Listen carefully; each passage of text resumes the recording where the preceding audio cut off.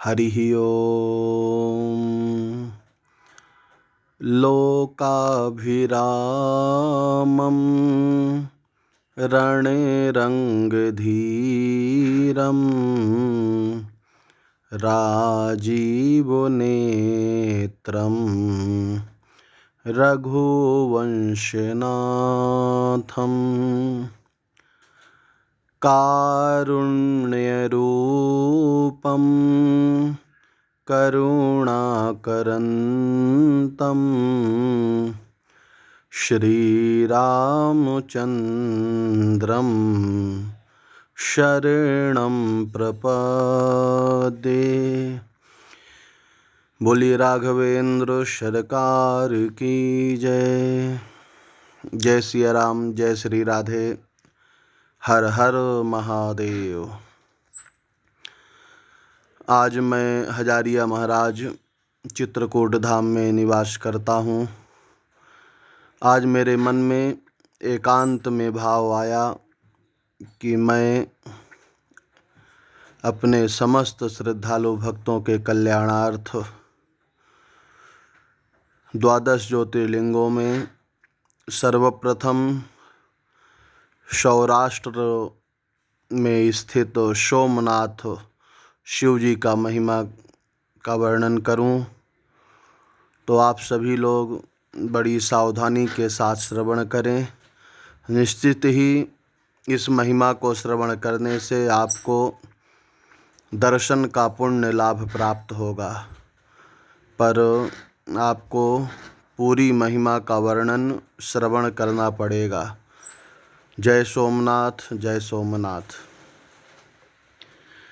हरिः ओम्। सौराष्ट्रदेशे विशदेति रम्ये ज्योतिर्मयं चन्द्रकलाशतंसम् भक्तिप्रदानाय कृपावतीर्ण तं सोमनाथं शरणं प्रपद्ये। जय सोमनाथ, जय सोमनाथ। इस जय घोष से गुजरात में सौराष्ट्र के वैरावल बंदरगाह का और प्रभास पटल इस गांव का परिसर जय सोमनाथ, जय सोमनाथ गूंज उठता था। साथ साथ मंदिर घाट की सीढ़ियों पर आकर टकराने वाली समुद्री लहरों से जैसे कि जय सोमनाथ, जय सोमनाथ यह निकलने वाली धीर गंभीर आवाज़ और अन्य सुवर्ण घंटा नाद से निकलने वाली आवाज़ भी, जय घोष भी, जय सोमनाथ, जय सोमनाथ से सारा परिसर भक्तिमय बन जाता था। मंदिर की सुवर्णमय घंटा 200 मन सोने की लागत से बना था और मंदिर के 56 खंभे हीरे मणि बहुमूल्य रत्नों से जड़े हुए थे। मंदिर के गर्भाशय में रत्न दीपों की जगमगाहट रात दिन रहती थी और कन्नौजी इत्र से नंदादीप हमेशा प्रज्वलित रहता था। भंडार गृह में अगणित द्रव्य सुरक्षित थे। भगवान की पूजा अभिषेक के लिए हरिद्वार, प्रयाग, काशी से गंधोदक हर रोज लाया जाता था। कश्मीर से फूल आते थे। नित्य की पूजा के लिए 1000 ब्राह्मण गण नियुक्त किए थे। मंदिर के दरबार में चलने वाले नृत्य गायन के लिए लगभग 350 नृत्यांगनाएं नियुक्त थीं।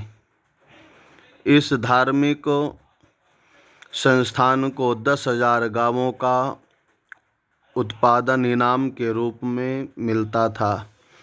श्री शंकर जी के 12 ज्योतिर्लिंग में से सोमनाथ को आद्य प्रथम ज्योतिर्लिंग माना जाता है। यह स्वयंभू देवस्थान होने के कारण, हमेशा जागृत होने के कारण लाखों भक्तगण यहाँ आकर पवित्र पावन बन जाते थे। भक्तगणों द्वारा समर्पित करोड़ों रुपयों की धन दौलत से देवस्थान का भंडार सदा भरा रहता था। साथ ही अग्नि पूजक विदेशी व्यापारी लोगों ने अपने मुनाफे में से कुछ रकम इस पवित्र देवता के भंडार में समर्पित कर संपत्ति में अगणित वृद्धि की थी। सौराष्ट्र के सोमनाथ का यह शिव तीर्थ, अग्नि तीर्थ, सर्वप्रथम चंद्रमा को प्रसन्न है। तब उसने भारत में सबसे पहले श्री शंकर जी के दिव्य ज्योतिर्लिंग की स्थापना करके उस पर अति सुंदर स्वर्ण मंदिर बनाया। स्कंद पुराण के प्रभास खंड में उसकी कथा का संदर्भ मिलता है कि एक बार चंद्रमा ने दक्ष की 27 पुत्रियों से विवाह करके एकमात्र रोहिणी में इतनी आसक्ति और इतना अनुराग दिखाया कि अन्य 26 अपने को उपेक्षित और अपमानित अनुभव करने लगीं।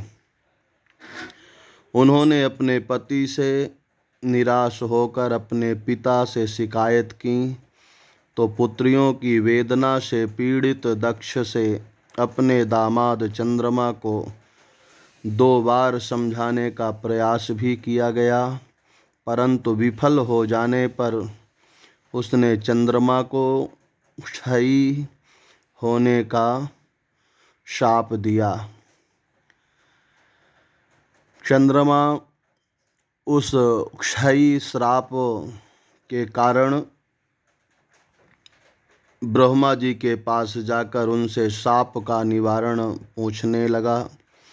ब्रह्मा जी ने प्रभास क्षेत्र में महामृत्युंजय से वृषभध्वज शंकर की उपासना करना एकमात्र उपाय बताया। चंद्रमा के 6 मास तक शिव पूजा करने पर शंकर जी प्रकट हुए और चंद्रमा को एक पक्ष में प्रतिदिन उसकी एक एक कला नष्ट होने और दूसरे पक्ष में प्रतिदिन एक एक कला बढ़ने का उन्होंने वरदान दिया। देवताओं पर प्रसन्न होकर उस क्षेत्र की महिमा बढ़ाने के लिए चंद्रमा के यश के लिए सोमेश्वर नाम से शिवजी वहाँ अवस्थित हो गए। देवताओं ने उस स्थान पर सोमेश्वर कुंड की स्थापना की।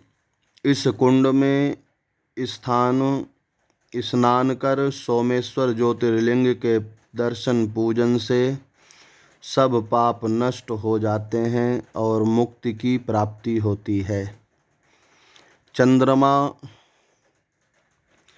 को सोम नाम से भी जाना जाता है, इसलिए यह ज्योतिर्लिंग सोमनाथ के नाम से मशहूर है।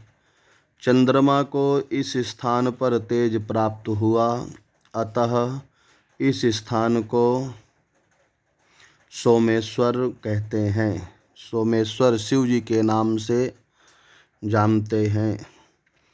बाद में रावण ने रूपा का कृष्ण भगवान ने चंदन का इस तरह का सोमनाथ के मंदिर बनाए। सोरठी सोमनाथ के परिसर में फैले अनेक पौराणिक स्थानों के आधार पर घटी कहानियाँ बताई गई हैं। श्री सोमनाथ के इस वैभव संपन्न पवित्र स्थान पर मुसलमानों ने अनेक बार आक्रमण किए। 722 ईस्वी में सिंधा का सूबेदार जुनामद ने प्रथम आक्रमण करके अनगिनत खजाना लूटा। चुंबकीय चमत्कार के कौशल्य से बीच में ही दिखाई देने वाली श्री सोमनाथ की भव्य मूर्ति गजनी के महमूद ने शुक्रवार दिनांक 11 मई 1025 ईस्वी में सुबह 10 बजे को तोड़ डाली। तब से गजनी के महमूद को मूर्ति भंजक कहा जाता है। इस दिन उसने 18 करोड़ का खजाना लूटा था। 1297 ईस्वी में अलाउद्दीन खिलजी ने अपना सरदार खलपत खान को सोरठी सोमनाथ भेजकर मंदिर को तोड़ा फोड़ा। 1479 ईस्वी में महमूद बेगड़ा, 1503 ईस्वी में दूसरे मुजफ्फर शाह ने और धर्मांध औरंगजेब ने 1701 ईस्वी में सोमनाथ का मंदिर भ्रष्ट किया, तोड़ फोड़ की, कईयों को कत्ल किया और अगणित संपत्ति लूट ली। 1783 ईस्वी में शिवभक्त साध्वी अहिल्या देवी होलकर ने सोमनाथ का नया मंदिर निर्माण किया।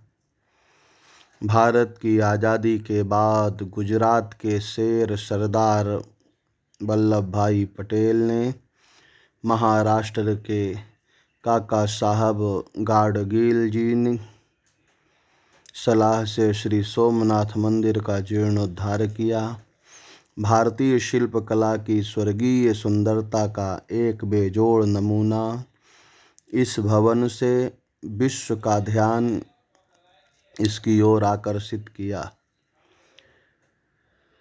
शुक्रवार दिनांक 11 मई 1951 में सुबह 9:46 को इस मंदिर में श्री सोमनाथ ज्योतिर्लिंग की प्राण प्रतिष्ठा उस समय के भारत के राष्ट्रपति माननीय डॉक्टर राजेंद्र प्रसाद जी के कर कमलों द्वारा और वेद मूर्ति तर्क तीर्थ लक्ष्मण शास्त्री ज्योतिषी जी के वेद घोष से बड़ी धूमधाम से की गई।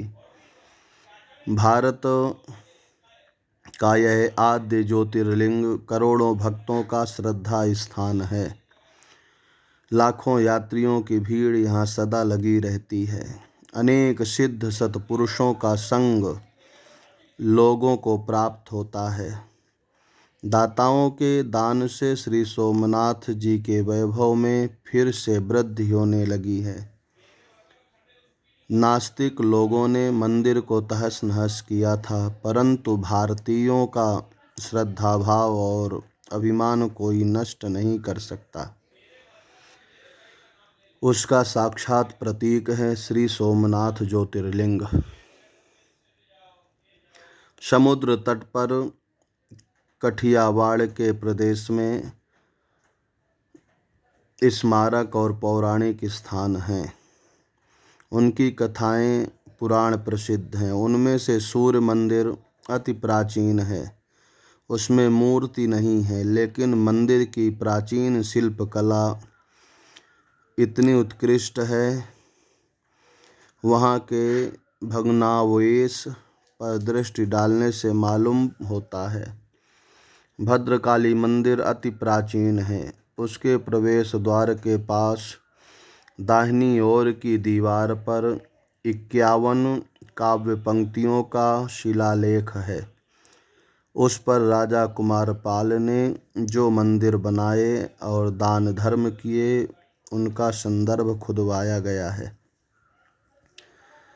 भल्लातक तीर्थ भगवान श्री कृष्ण जी के बाएं पैर के अंगूठे पर व्याधा के बाण से जहाँ खून बहा वही स्थान है जहाँ भल्लांतक तीर्थ कहा जाता है। यहाँ श्री कृष्ण भगवान की मूर्ति है।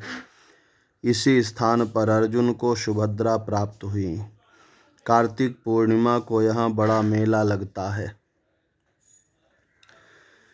काठियावाड़ के इस कुशाव्रत में श्री कृष्ण भगवान ने सोने की द्वारिका का निर्माण किया। आगे चलकर इन्हीं कुश दर्भ से मूसल बनके जिनके प्रहारों से यादवों का विनाश हुआ, श्री कृष्ण और बलराम इस घटना से उदास हुए।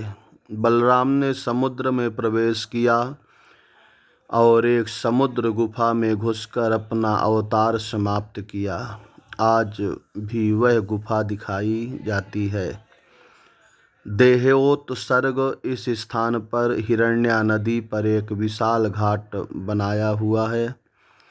श्री कृष्ण जी का यहाँ अंत्यविधा किया गया। इस स्थान पर अनेक स्तंभों पर आधारित एक भव्य स्मारक और गीता मंदिर भी निर्माण किया गया है। श्री कृष्ण भगवान के पार्थिव देह पर जहाँ अग्नि संस्कार किया गया, उस स्थान पर भगवान की स्फटिक की मूर्ति की प्रतिष्ठा की गई है।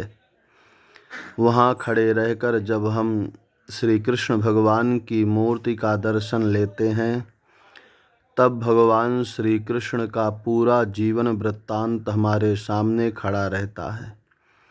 मथुरा के बंदी गृह में भगवान का जन्म हुआ। गोकुल के नंद के घर में बचपन बीता। बड़े हुए उन्होंने कंस के दरबार में जाकर उसका वध किया। वृंदावन में उन्होंने गोपियों के साथ रास रचाई। सांदीपनी गुरु के आश्रम में रहकर विद्या प्राप्त की। नए नगर का निर्माण करके द्वारिकाधीश बने। कुरुक्षेत्र में हुए महाभारत के युद्ध में अर्जुन के रथ का सारथ्य किया और पांडवों को विजयी किया। गीता के रूप में विश्व को अमर संदेश दिया और श्री कृष्ण भगवान ने व्याध के बाण का निमित्त लेकर अपना अवतार कार्य समाप्त किया। श्री कृष्ण भगवान का सत्संग जिन्हें प्राप्त हुआ वे धन्य हुए। पूर्ण पुरुष की श्री कृष्ण का जीवन पट इस प्रकार मूर्ति का दर्शन करते समय आँखों के सामने खड़ा रहता है। अगस्त मुनि, प्राचीन काल में अगस्त मुनि ने समुद्र प्राशन किया था। पांडव, जन्मेजय, रावण आदि अनेक पुराण प्रसिद्ध व्यक्तियों ने इस भास्कर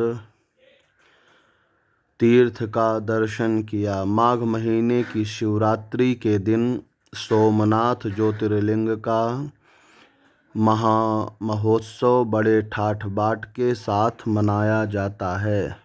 बोलिए सोमेश्वर भगवान की जय। नमः पार्वती पतये हर हर हर महादेव शंभो। अब मैं हजारिया महाराज आपको 12 ज्योतिर्लिंगों में दूसरे शिवलिंग जिनका नाम है श्री मल्लिकार्जुन का दर्शन करवा रहा हूँ। श्रवण करें कहाँ स्थित हैं, उनकी महिमा कितनी अपार है। श्रीशैल श्रृंगे विविध प्रसंगे शेषद्रि श्रृंगे सदा वसंतम तमर्जुनं मल्लिकापूर्वभेनं नमामि संसार समुद्र सेतुं। जय मल्लिकार्जुन, जय मल्लिकार्जुन, मल्लिकार्जुन भगवान की जय। मल्लिकार्जुन भगवान इस जय घोष से आंध्र प्रदेश के कुर्नूल जिले के शीर्षल पहाड़ियाँ और पाताल गंगा का परिसर, जहाँ कदली बिल्व वन प्रदेश है, वहाँ जय मल्लिकार्जुन गूंज उठता है। प्राचीन समय में इसी प्रदेश में भगवान श्री शंकर आते थे। इसी स्थान पर उन्होंने दिव्य ज्योतिर्लिंग के रूप में स्थायी निवास किया। इस स्थान को कैलाश निवास कहते हैं। एक बार कुमार कार्तिकेय पृथ्वी की परिक्रमा करके कैलाश पर लौटे। नारद जी से गणेश जी के विवाह का वृत्तांत सुनकर रुष्ट हो गए और माता पिता के मना करने पर भी उन्हें प्रणाम कर क्रौंच पर्वत पर चले गए। पार्वती के दुखित होने पर तथा समझाने पर भी धैर्य न धारण करने पर शंकर जी ने देवर्षियों को कुमार को समझाने के लिए भेजा, परंतु वे निराश हो लौट आए। इस पर पुत्र वियोग से व्याकुल पार्वती के अनुरोध पर पार्वती के साथ शिवजी स्वयं वहां गए, परंतु वह अपने माता पिता का आगमन सुनकर क्रौंच पर्वत को छोड़कर 3 योजन और दूर चले गए। परंतु वहाँ पुत्र के न मिलने पर वात्सल्य से व्याकुल शिव पार्वती ने उसकी खोज में अन्य पर्वतों पर जाने से पहले उन्होंने वहाँ अपने ज्योति स्थापित कर दी। उसी दिन से मल्लिकार्जुन क्षेत्र के नाम से वह ज्योतिर्लिंग मल्लिकार्जुन कहलाया। अमावस्या के दिन शिवजी और पूर्णिमा के दिन पार्वती जी आज भी वहाँ आते हैं, दर्शन देते हैं और निवास तो प्रतिदिन रहता है। इस ज्योतिर्लिंग के दर्शन से धन धान्य की वृद्धि के साथ प्रतिष्ठा, आरोग्यता और मनोरथों की भी प्राप्ति होती है। प्राचीन काल में एक बार अर्जुन तीर्थ यात्रा करते करते इस कदली वन में आए। उनकी धनुर्विद्या की परीक्षा लेने के लिए भगवान शंकर ने भील का रूप धारण किया और जंगली सुअर का शिकार करने के लिए पीछे दौड़ पड़े। उसी वक्त अर्जुन भी पीछा कर रहे थे। दोनों के बाण सुअर के शरीर पर लगे। सुअर पर दोनों अपना अधिकार जमाने लगे। इस युद्ध में अर्जुन विजयी हुए। शंकर प्रकट हुए। वह प्रसन्न होकर कितार्जुन युद्ध से प्रसिद्ध है। चंद्रावती नाम की एक राजकन्या वन निवासी बनकर इस कदली वन में तप कर रही थी। एक दिन उसने एक चमत्कार देखा। एक कपिला गाय बिल्व वृक्ष के नीचे खड़ी होकर अपने चारों स्तनों से दूध की धाराएं जमीन पर गिरा रही थी। गाय का यह नित्य क्रम था। चंद्रवती ने उस स्थान पर खोदा तो आश्चर्य से दंग रह गई। वहाँ एक स्वयंभू शिवलिंग दिखाई दिया। वह सूर्य जैसा प्रकाशमान दिखाई दिया, जिससे अग्नि ज्वालाएं निकलती थी। भगवान शंकर के उस दिव्य ज्योतिर्लिंग की चंद्रावती ने आराधना की। उसने वहाँ अति विशाल शिव मंदिर का निर्माण किया। भगवान शंकर चंद्रावती पर प्रसन्न हुए। वायुयान में बैठकर वह कैलाश पहुँची। उसे मुक्ति मिली। मंदिर की एक शिलपट पर चंद्रावती की कथा आज भी लिखी गई है। शैल मल्लिकार्जुन के इस पवित्र स्थान की तलहटी में कृष्णा नदी ने पाताल गंगा का रूप लिया है। लाखों भक्तगण यहाँ पवित्र स्नान करके ज्योतिर्लिंग का दर्शन करते हैं। कर्नाटक अभियान के समय छत्रपति शिवाजी महाराज का ज्योतिर्लिंग का दर्शन करने के लिए आए। तब उन्होंने यहाँ मंदिर के दाहिनी ओर एक गोपुर का निर्माण किया और अन्न छत्र भी खोल दिया। विजयनगर के राजाओं ने भी यहाँ मंदिर, गोपुर, गौशाला, तालाब बनाए। शिव भक्त अहिल्या देवी होलकर ने यहाँ की पाताल गंगा पर 852 सीढ़ियों का एक मजबूत घाट का निर्माण किया। शैल पर्वत का यह प्रदेश पहले दुर्गम, कष्टप्रद तथा भयावना लगता था, फिर भी निष्ठा के बल पर हजारों भक्त गणों का यहाँ तांता लगा रहता था। हिरण्यकश्यप, नारद, पांडव, श्री राम आदि पुराण प्रसिद्ध व्यक्तियों ने, महापुरुषों ने यहाँ आकर ज्योतिर्लिंग के दर्शन किए। बोलिए शंकर भगवान की जय। नमः पार्वती पतये। हर हर हर महादेव शंभो। आज मैं अभी यहीं एकांत चिंतन को विश्राम देता हूँ। 12 ज्योतिर्लिंगों में 2 ज्योतिर्लिंगों की महिमा का वर्णन किया गया।